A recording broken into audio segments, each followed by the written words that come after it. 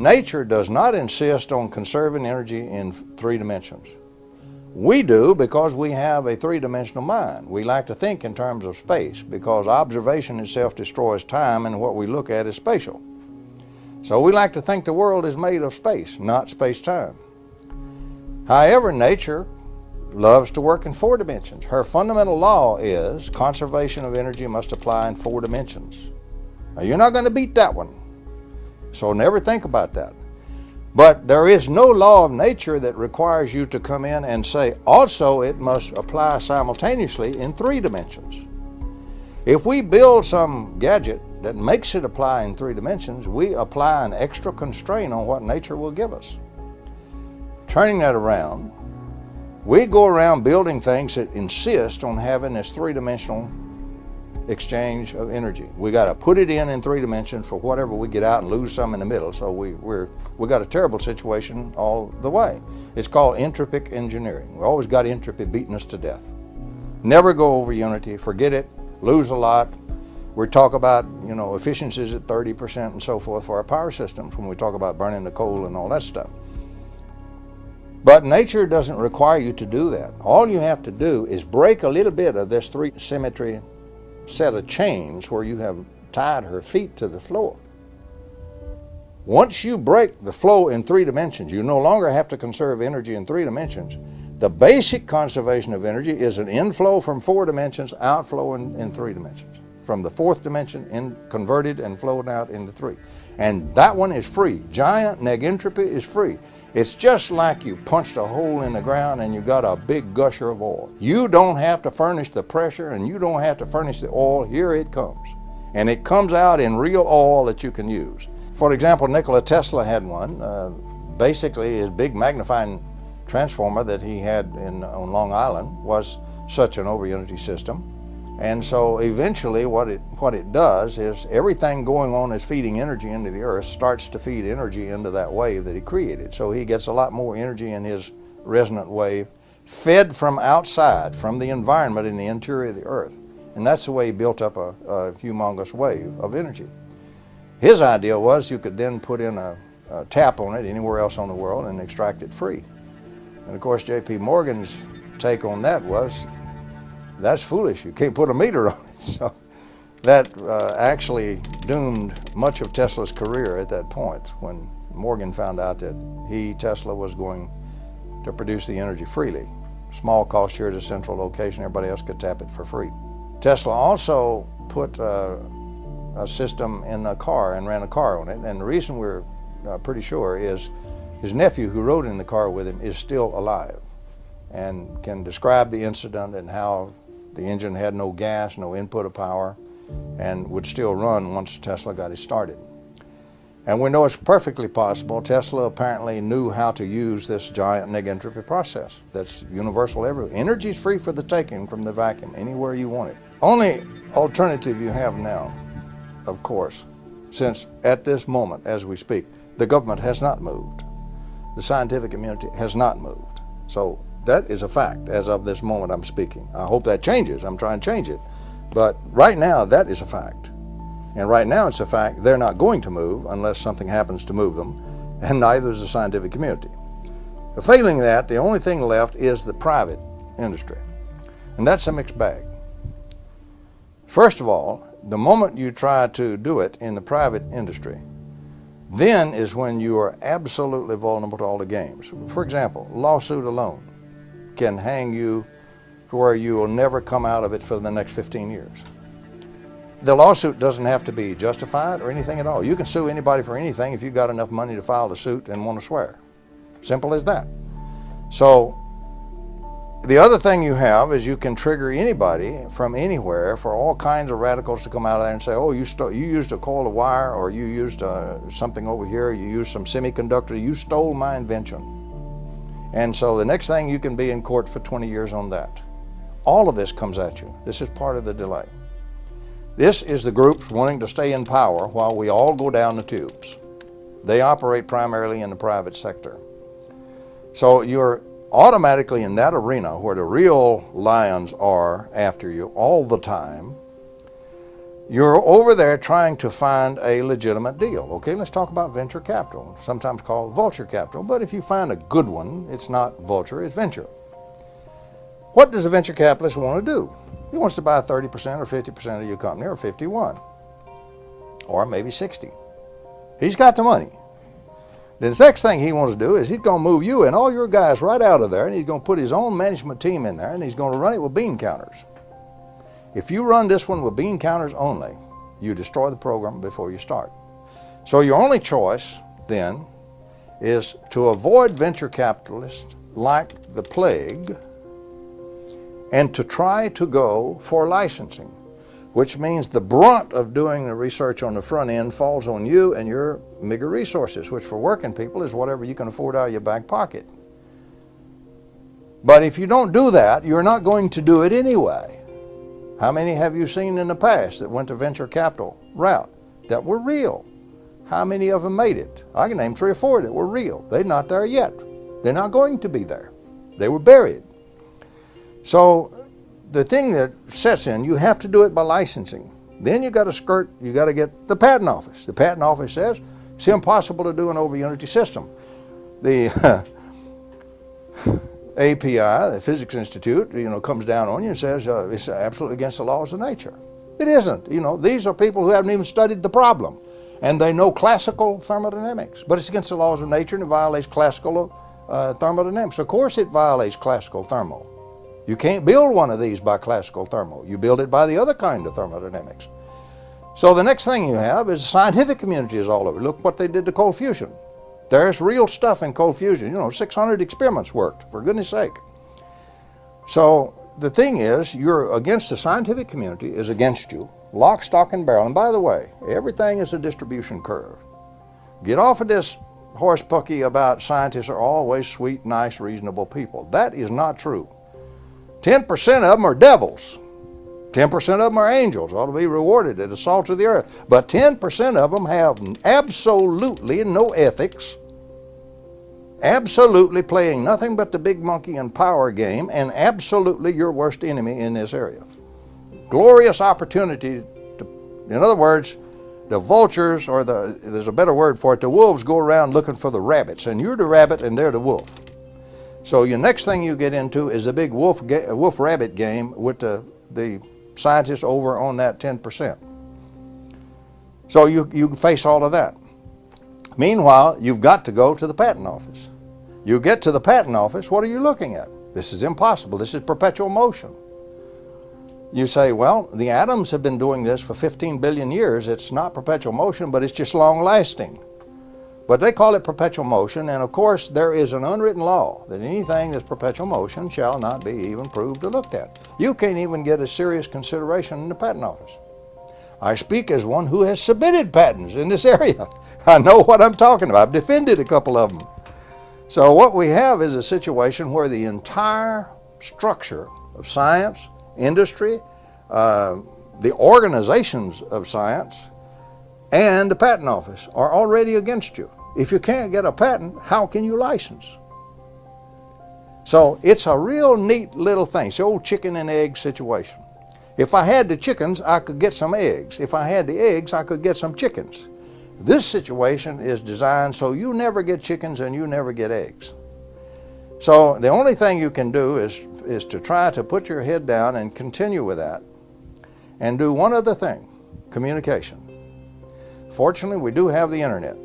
Sure, it's full of a lot of bad information. It's also full of a lot of good information. You just have to discriminate. So the other thing you have to do to have any chance at all is communicate, which we do to the limit that we're legally able to do and not lose our patents. If we can get the government to move, they can cut through all of that by simply issuing the order to do it. What happens when you have something that would fit on this table and it will run your house? Pulling energy from the quantum vacuum or the zero-point energy field. You don't need utilities. Dr. Putoff, he does zero-point energy research. He's worked for every 3-letter agency. Told me personally that he knew we already had these technologies, but that if he were to bring them forward, he would be killed along with his family and children. In 1927, there were 2 billion people in the world. Now there's 7. So of those 2 billion people, there were very few people living with cars and electricity in their homes, and et cetera and so on. Now you have 7 billion people and billions more people living on that system, which has become entrenched, bureaucratically built into our funding mechanisms from the state, local, federal level of support, and also where there are a lot of very powerful stakeholders. And so from a rational point of view, you'd say, well, these technologies would get us off of oil, gas, nuclear power, no more Fukushimas. But from the point of view of people who are looking at the national security equation from a macroeconomic stability point of view, this is their worst nightmare. 99.9% of the people on planet Earth would benefit from this. There is a very, it's not the 1%, it's the 0.0000001% who would not benefit from this because they are the ones sitting atop the petrodollar system, the macroeconomic order, and particularly the fact that it is run, and everything we're using is run on a metered, linear energy source, even solar and wind. If you begin to talk about the phenomena of new energy, free energy, anti-gravity, UFOs, you're stepping into an area that is the most sensitive, compartmented intelligence in the history of the United States. First, I want to give you sort of the big picture. And the big picture is that we haven't needed fossil fuels since about 100 years ago. This building was built in 1913. Certainly by then, Tesla, Faraday, Maxwell, particularly the Maxwell-Quaternion equations that were chopped off and changed, as you may well know, some of you who are engineers, has resulted in us having an energy sector that requires us to burn something or heat something up to create steam to get us electricity or to run our cars. However, 100 years of really advanced physics, which weren't that well understood 100 years ago in terms of very high voltage systems at certain resonant high hertz, they call it, cycles per second, would result in this excess power. And it was observed by Faraday, and it was observed by Tesla, and it was observed by many others, and said, where is this coming from? Professor Dirac, D-I-R-A-C, said, well, he called it the Dirac Sea. And of course, Tesla called it the ocean of infinite energy. And it's been called various things. The modern term is the zero-point energy field. If you create this kind of vector into the zero-point energy field, and you create a certain counter-rotating vortex, let's call it, which is almost a Sufi-like phenomenon, you get what's called lift. And you get a phenomenon that's known as electromagnetogravitics. Now, the pop culture would call it anti-gravity, which is really not correct.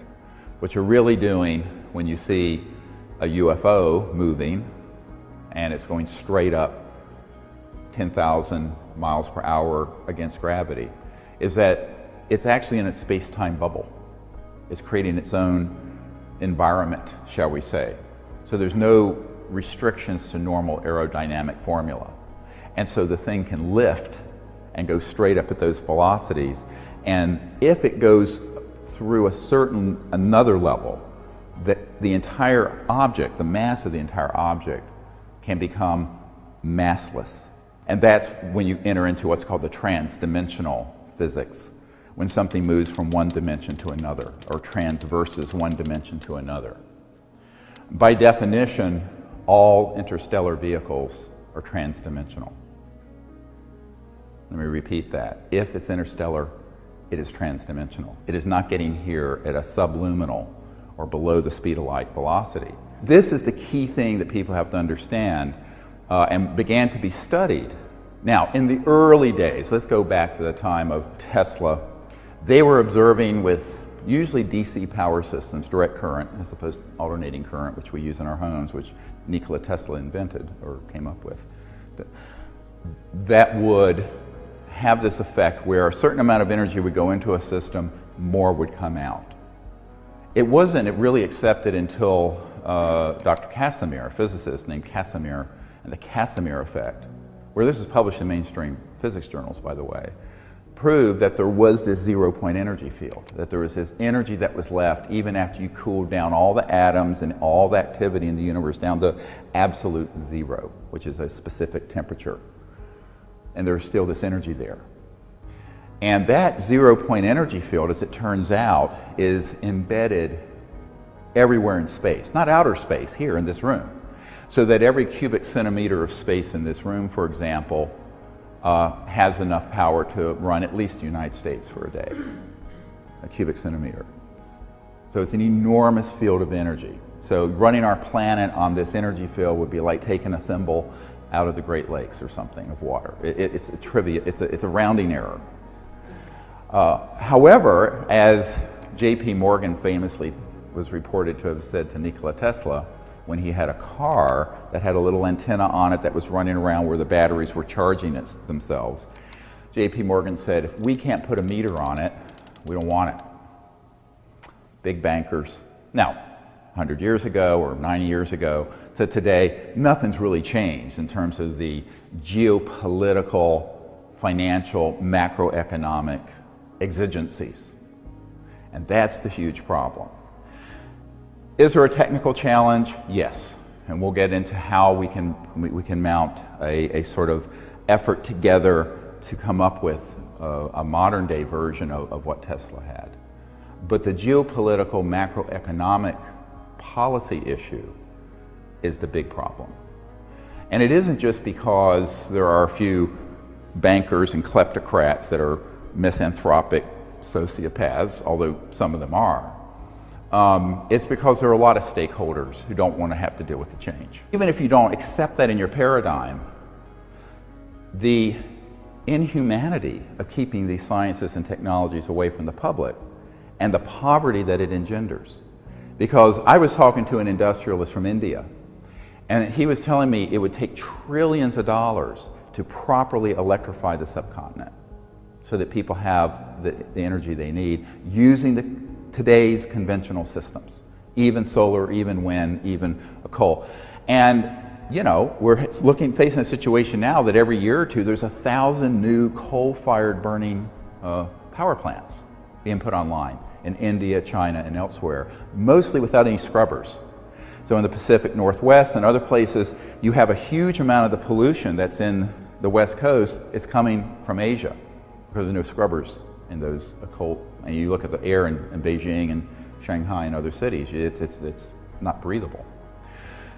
Then you go to the oceans, where you have the Fukushima reactor releasing all this radioactive material, and huge parts of the oceans, because there's all the CO2 going into the oceans, are beginning to die because of the acidity and alkaline levels being upset. So there are all these big macro geophysical effects while we're trying to maintain the current macroeconomic order. Big problem, huge mistake. But who's going to fix it? This is really the crux of the problem. And many people have asked me, given the folks I've met with over the years, why doesn't someone do that? But see, everyone says that. My wife and I this week were just up in New York meeting with the head of a foundation. And the question came up frequently with people there, all of whom were incredibly wealthy. Well, why doesn't Bill Gates do it? Or why doesn't the president? It's always, why doesn't someone else? Of course, if you go to the president, he'll say, no way, Jose. And if you go to billionaire X and billionaire Y and billionaire Z, many of whom I've met with, they'll go, you know, one of them once said to me, we all want to be first to be second. Great expression. You hear it a lot in business. When it's a very controversial science, no one wants to be the first to stick their neck out. So this becomes then a leadership issue, which is what I've tried to provide some clarity to in my own humble way, being not a significantly wealthy or powerful person at all, but knowing what I know, try to share it with the public and try to create a momentum towards disclosure, not only of the fact that we're not alone in the universe, but that the secret behind these UFO propulsion systems and energy systems would give us an entirely new planet, beautiful, But there are stakeholders who are very, very powerful who aren't happy about that.